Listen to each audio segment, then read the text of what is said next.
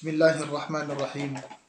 Alhamdulillahi Rabbil Alamin. Wassalatu wassalamu ala Rasulillahil Karim wa ala alihi wa sahbihi ajma'in. Amma ba'du. Assalamu alaikum warahmatullahi wabarakatuh. Muna sa lahat mga kapatid sa pananampalatayang Islam, puriin natin si Allah subhanahu wa ta'ala sa kanyang mga biyaya na pinagkaloob sa atin ni Allah subhanahu wa ta'ala.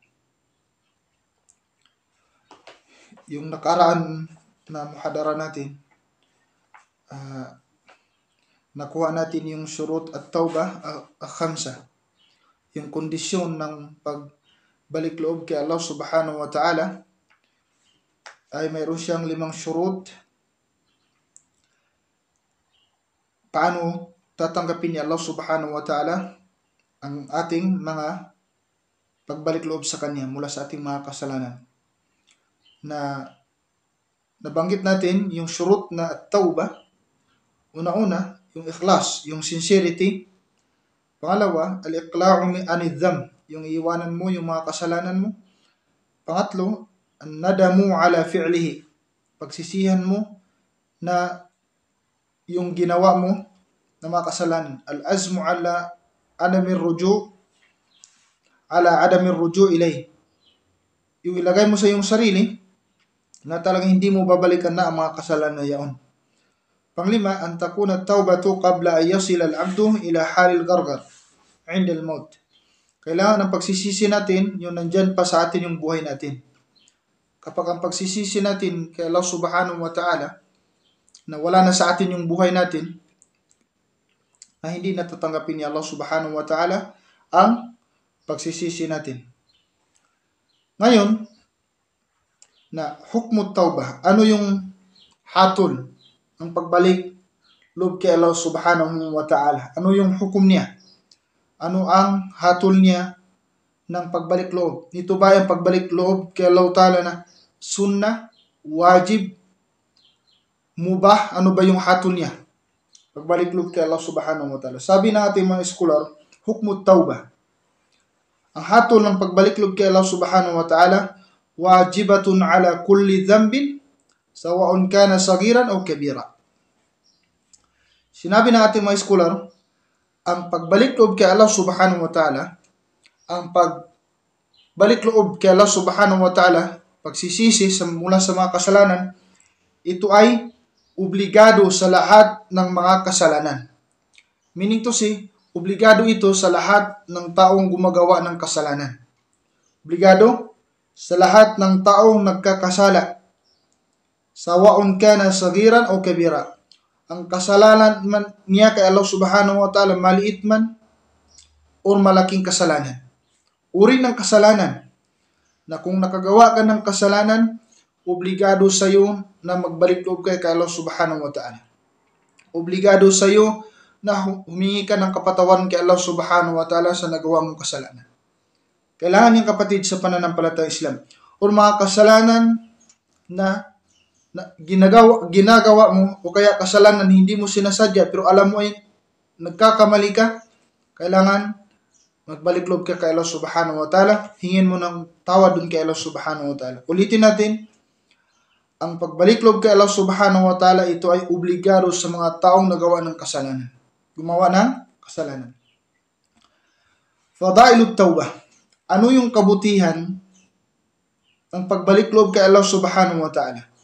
Kasi kapag nagsisisi ka kay Allah subhanahu wa ta'ala, iniwan mo yung mga kasalanan na gawa mo, ano yung kabutihan na pagbalik loob mo kay Allah subhanahu wa ta'ala? Ano yung benepisyo makakamit mo mula sa paggawa mo ng kasalanan na ikaw ay nagbalik loob kay Allah subhanahu wa ta'ala, ikaw ay humingi ng kapatawaran sa Kanya?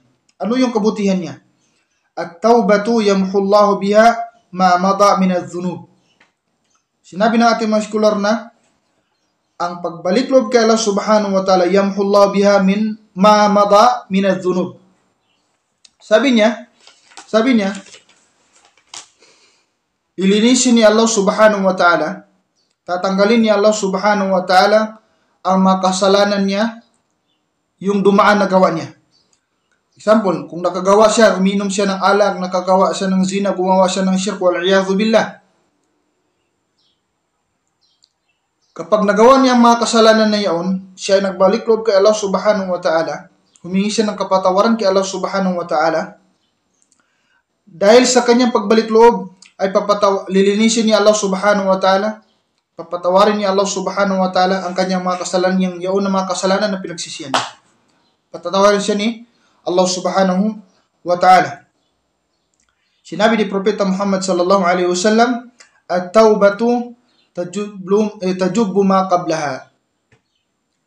Dahil yung dumaan na kasalanan ay papatawarin ni Allah subhanahu wa ta'ala yung nagawa niya. Kapag ang tao nandiyan sa kanya yung sincerity na humihingi ng tawad kay Allah subhanahu wa ta'ala. Sinabi ni Allah subhanahu wa ta'ala sa Quran,